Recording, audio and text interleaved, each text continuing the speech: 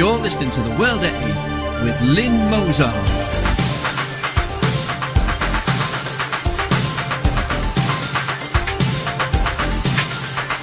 The World at 8, the number one in nationalist news. Highlights of the news today, Monday the 25th of February. MakeSpace youth health champion jailed for 2 years.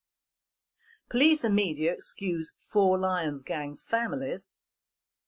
Brightest English maths pupils 2 years behind East Asian peers by 16. British Al-Qaeda recruits told to spread terror training throughout Europe. English should be the language of Europe. Asylum seekers could get right to shop around EU before choosing Britain. Syria, silent exodus of Assyrian Christians. Egyptian Christians, where can they turn to? Afghanistan's opium brides. Thought for the day, the tragedy of reverse racism, or are we, like turkeys, voting for Christmas? And finally, Jesus, amongst obnoxious words, banned by Muslim telecoms.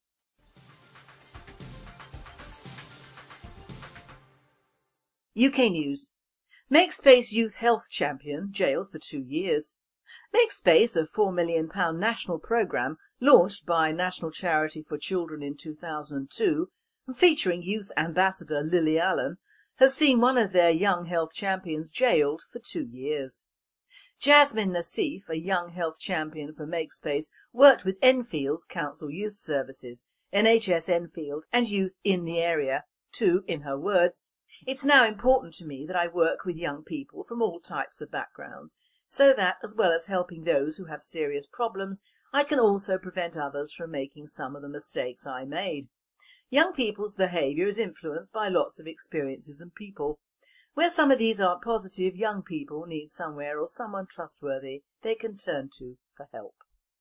This same young woman encouraged the gang attack of a soldier serving in the Royal Logistics Corps that left the squaddy partially disembowelled after being stabbed twice.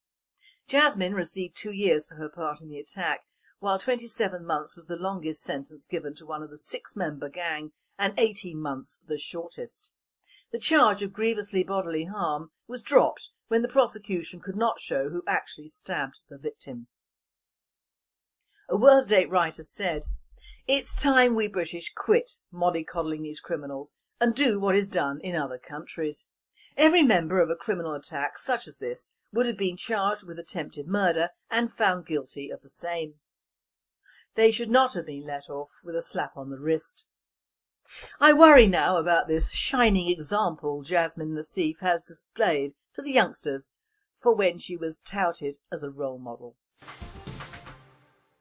Police and media excuse Four Lions gang families. The media and our police forces are at it again. The media have dubbed us Four Lions the Muslims convicted of planning the biggest terrorist atrocity the UK ever faced. The same as the inept homegrown terrorists of a recent satirical comedy film of the same name. One headline went so far as to say, "Were led by 23-stone jihadi named Chubbs, who stayed home researching anarchist cookbook online because he was too fat to carry weapons." At the same time, the police have downplayed the role of the convicted terrorists' extended families in not reporting them to the police, claiming they were trying to get the boys home and away from the terrorist training camps in Pakistan and Afghanistan. At no point during the 18-month investigation by the West Midlands Counter-Terrorism Unit did anyone in Birmingham's Muslim community inform on the behaviour of Irfan Nasir, Irfan Khalid and Ashik Ali, raising questions over the health of relations between officers and community leaders. This was despite the fact the families of 4 other young men recruited from Sparkhill all intervened to bring them back home the moment they found out the real reasons for them travelling to Pakistan. Our World at 8 reporter said, ITV even stressed that these 4 men collected money from members of their communities during Ramadan who didn't know what it was being used for. The community knew the plotters were sending people to jihad terror training camps in Pakistan, but did nothing. Could it be because far more people in the community than anyone would like to admit hold to the same ideology as that of the plotters? Brightest English maths pupils 2 years behind East Asian peers by age 16. England's brightest pupils failing to keep pace with world's best, Institute of Education study shows. The Guardian reports that research undertaking at the Institute of Education, University of London, shows England's brightest pupils are 2 years behind the best in countries such as Hong Kong and Taiwan by the time they take their maths GCSE, research shows.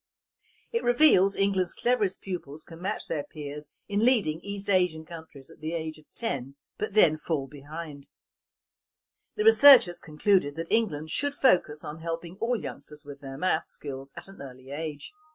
English policymakers should concentrate on reforming maths in the early primary and preschool years, as well as ensuring the brightest youngsters are stretched in the secondary school.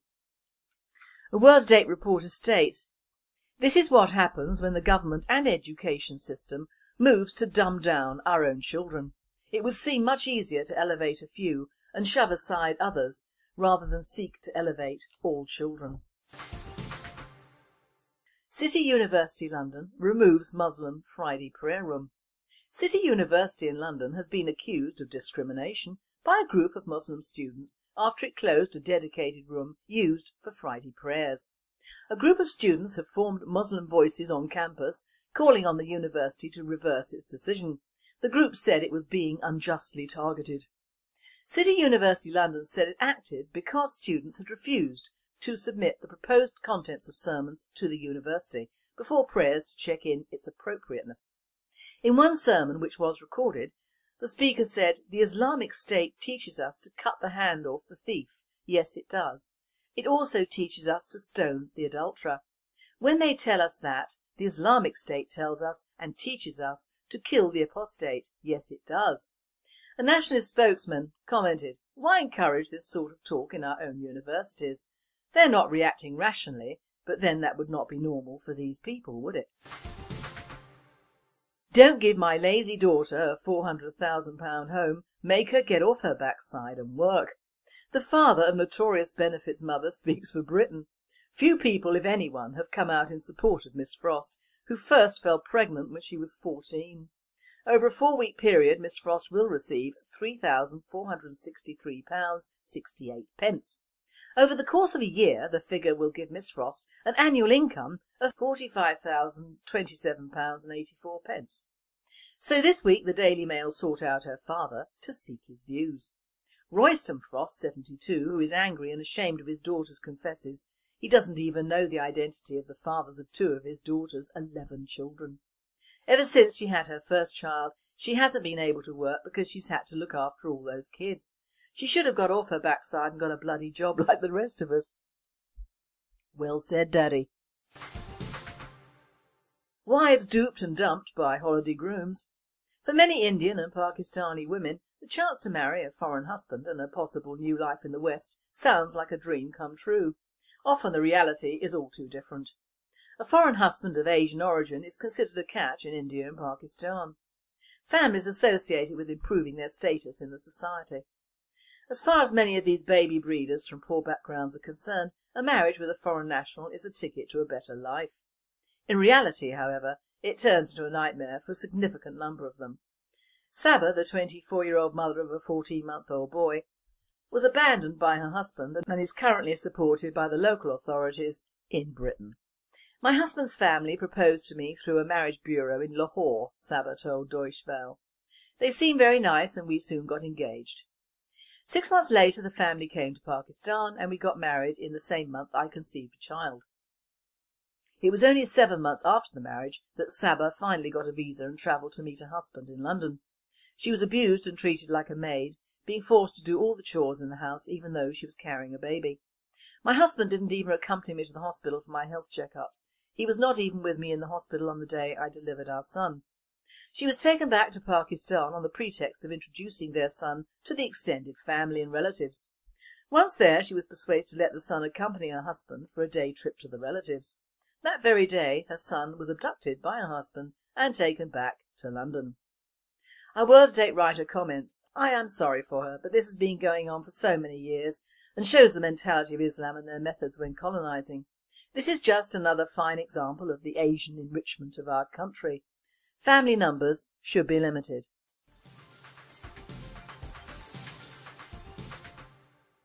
European news. British Al-Qaeda recruits told to spread terror training through Europe.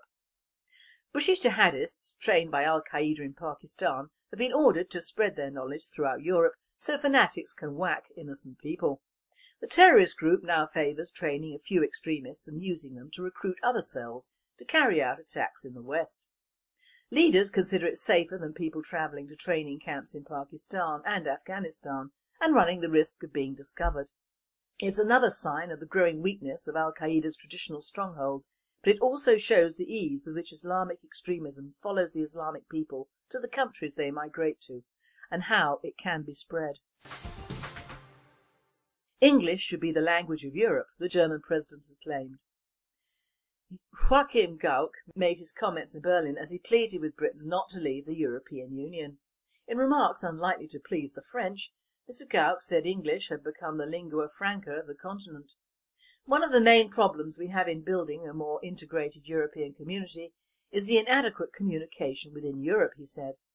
It is true to say that young people are growing up with English as the lingua franca. However, I feel that we should not simply let things take their course when it comes to linguistic integration. More Europe means multilingualism. I am convinced that feeling at home in one's native language and its magic, and being able to speak enough English to get by in all situations and at all ages can exist alongside each other in Europe. Mr Gauck also pleaded with Britain to stay in the EU. Referring to David Cameron's pledge of an in-out referendum on the EU, Gauck said in a keynote speech, "Dear English, Scots, Welsh, Northern Irish and new British citizens, we would like to keep you. We need your experiences as the country with the oldest parliamentary democracy. We need your traditions, your soberness and your courage." A World-Date writer comments, bless him. However, it is his countrymen and others who are importing so many different cultures into Europe that they're probably killing the goose that gave the golden egg of language.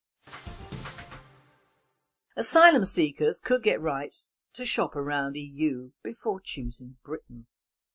Britain could be forced to accept a flood of young asylum seekers who are allowed to shop around for the best nation to settle in. A key advisor to Europe's most powerful judges believes that the UK should lose its current right to send refugees back to the EU country they first arrived in.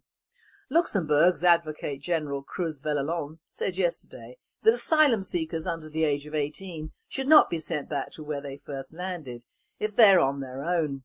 The Spanish-born lawyer admits that it could lead to the undesired effect of allowing youngsters the chance to pick and choose where they want to go in the European Union. A World-Date reporter states, "This Spanish twit wants hauling up by his cojones."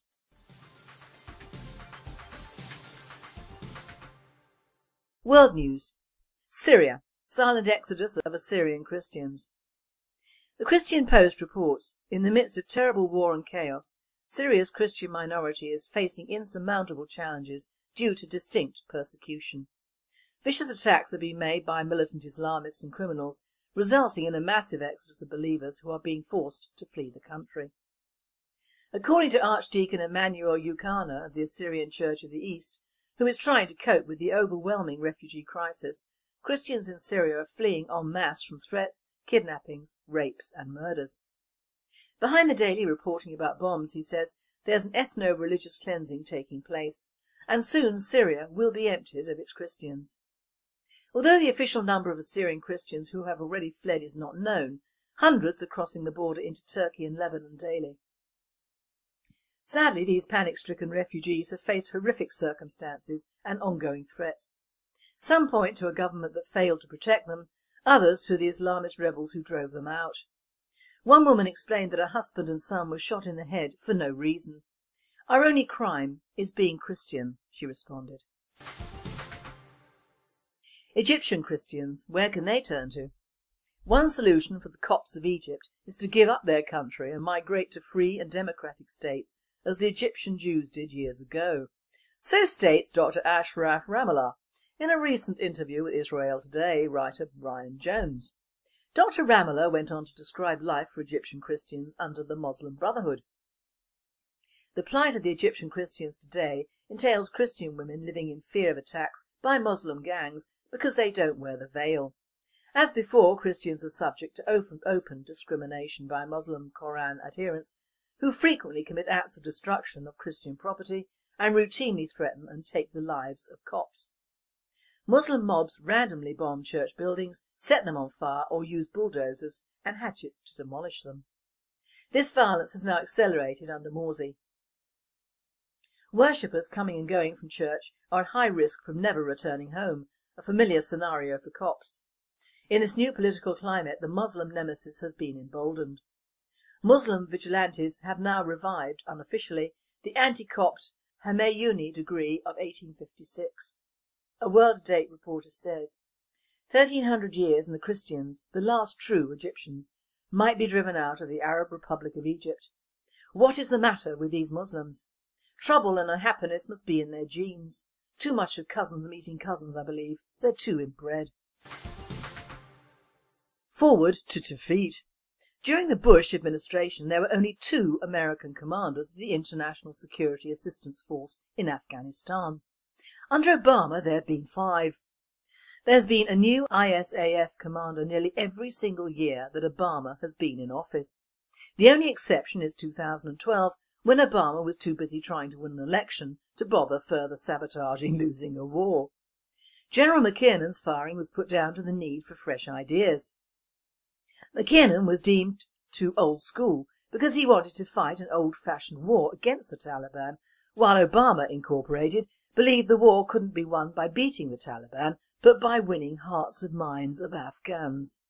It was a fashionable and doomed strategy that required sacrificing the lives and limbs of thousands of American soldiers to political correctness. The old-school general who had once said, "I don't understand ever putting your men and women in harm's way without their having the full ability to protect themselves. That also means operating on actionable intelligence to defeat insurgents and protect your forces. That's how you keep your soldiers alive." He clearly was not Obama's man for that job. Afghanistan's opium brides. While opium trade might be lucrative for some of those involved, many find themselves at the losing end. Daughters of farmers who find themselves desperate and indebted are used as little more than currency. To provide for their families, many Afghan farmers turn to relatively lucrative practice of poppy cultivation. Initial capital costs for items such as seeds can be high. Many are forced to take loans from unscrupulous lenders, the drug lords and the Taliban among them. But growing the poppy plant is no definite route to success. There are risks. While the government's eradication programme may not be far-reaching, those farmers that do feel the brunt are left with bare earth and no way to settle their debts. Some resort to bartering their daughters in marriage to settle the loans. These daughters are known as the loan brides or even opium brides.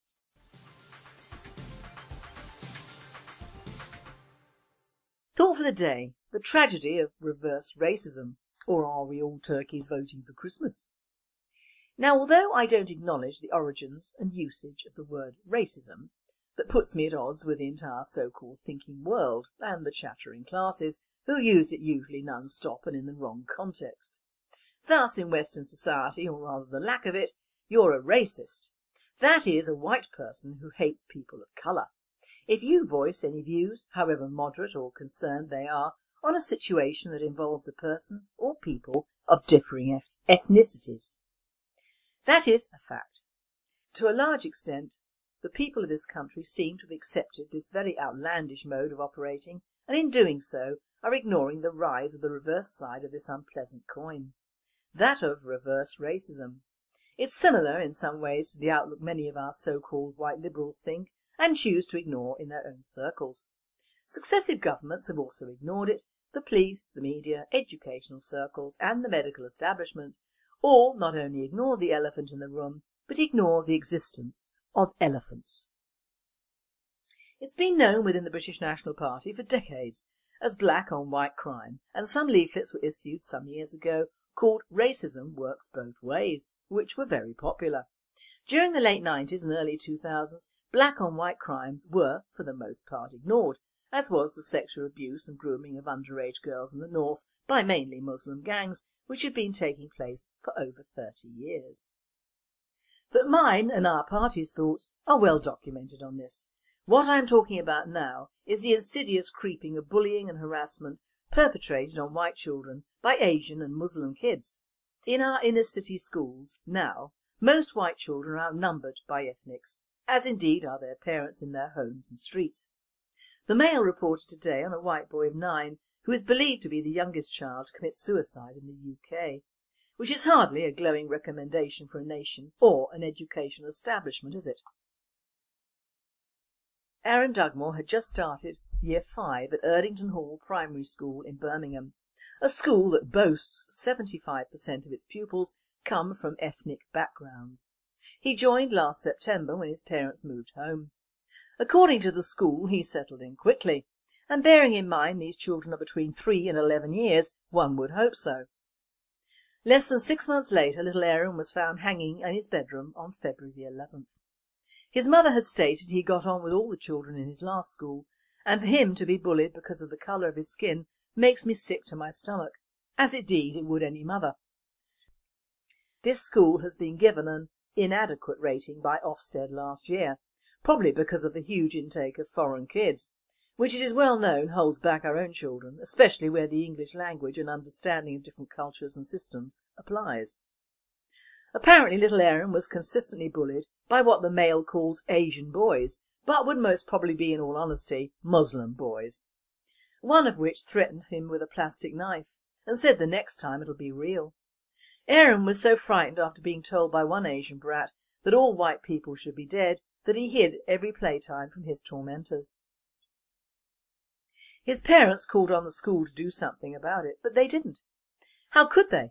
All authorities are now not only in denial but under orders via the PC elite do not do anything about Asian or white bullying, abuse, grooming or even murder within their walls. And looking at it rationally in the light of today's ethos, how could they? With more than 3/4 of their intake the result of Asian immigration for the last 30 years and growing all the time. Just imagine the headlines locally if small Asian children were hauled over the coals for bullying or taken to task by the local police. Practically all of Birmingham would riot, and the one thing these Muslims do rather well is riot, after years of practice in their own rotten countries. So poor little Aaron will go quietly into history, unrevenged but not unmourned. An inquest on him was set, then adjourned, whilst the police make the right noises. Of course, any liberal lefty listening to this will say, oh, of course, the BNP have jumped on this bandwagon with their racist views. Well, of course we have, because the only view that contrasts with the accepted view of these horrible circumstances, our view, is that it should not have happened, or at least being caught and any more bullying prevented, preferably by expelling the bullies. I've always maintained that the many ills of this country, not all its ills, would have been prevented by a more sensible and earlier placed immigration ban or cap. This isn't racist, this is sensible, and a law that most other countries abide by without being called racist. So we have the large and ugly cloud of what is in all senses a reverse racism storm in the UK. It's been coming a long time. It first made a small spatter with a young man in Scotland who was tortured to death by an Asian gang, probably Muslim. It went on to rain even harder with the supposedly unknown sexual abuse of underage girls in the north.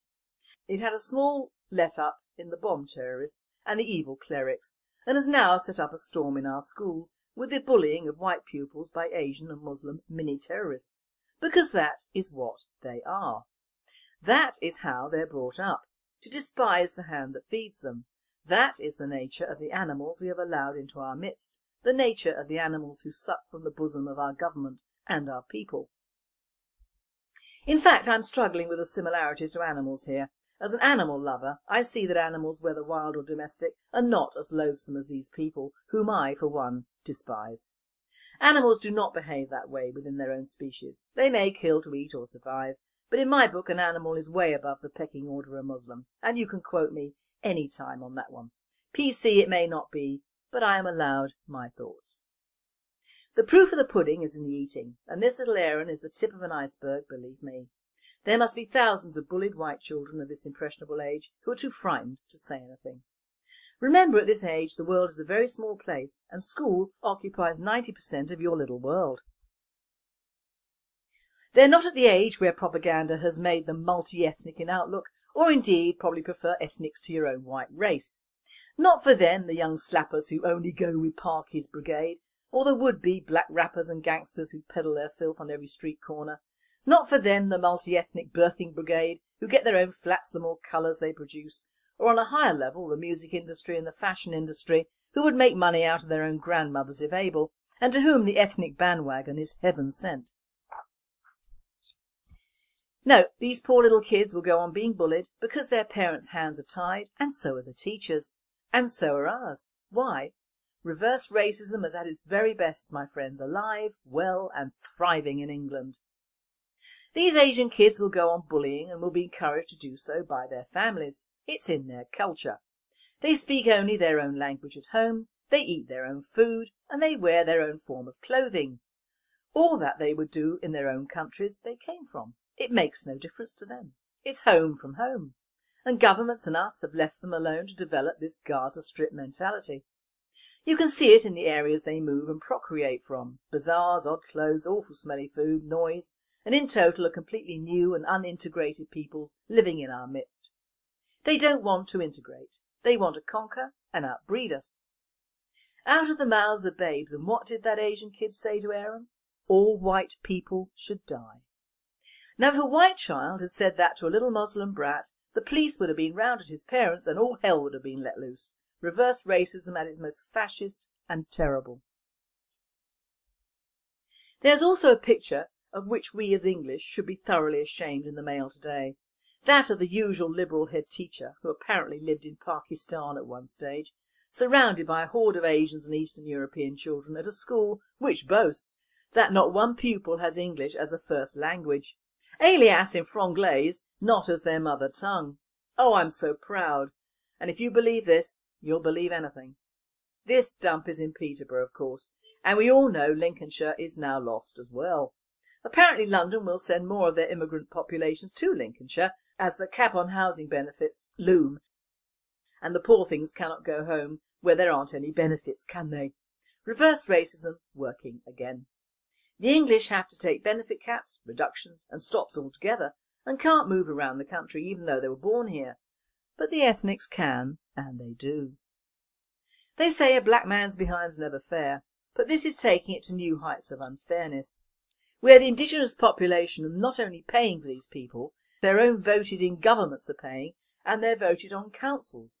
Are we like turkeys voting for Christmas? Yep, we are.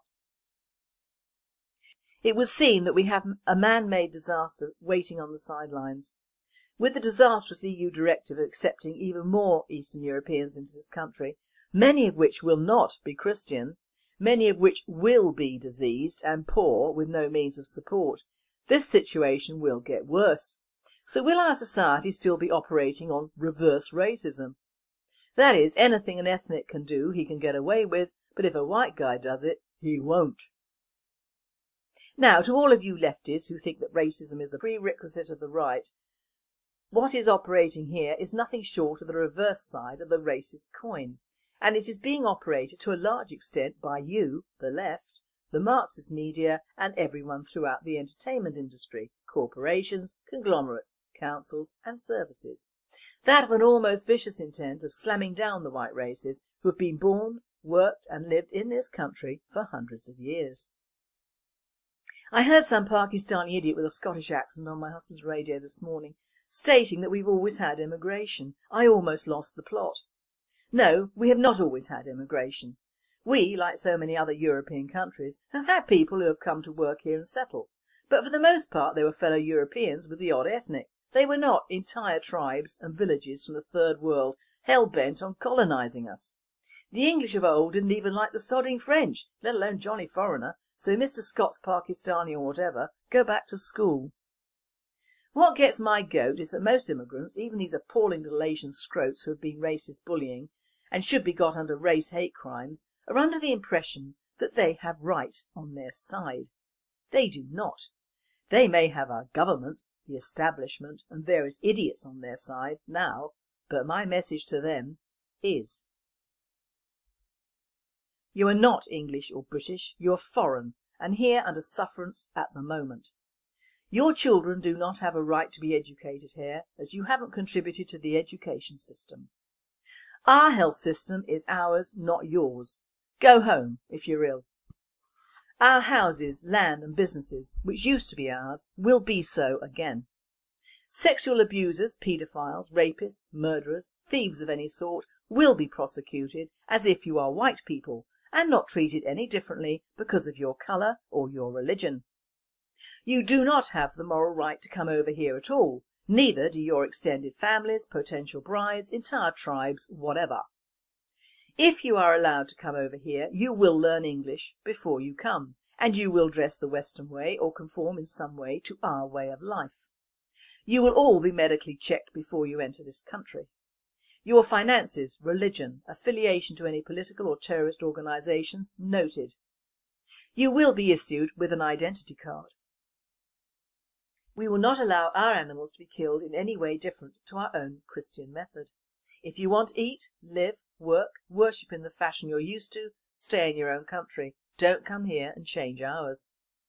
There will be a cap on immigrant births and it will be enforced. Deportation for those over the limit and their families. No benefits will be paid to you on entry to the UK. No benefits will be paid to you whilst awaiting deportation if you're found to be illegal. There will be no deportation centres for you to riot in. Illegals will be stopped and taken back where they came from in a turnaround method used in other countries. The traffic in illegals will be heavily fined and firm methods used to discourage this form of making money. The fines obtained will pay for illegals to be taken home. Draconian those rules may be, but to some extent many of those rules are imposed by other societies in their own countries, so why shouldn't we at least try to save our own country and its people? This reverse racism is endemic in this country now, and you may ask why.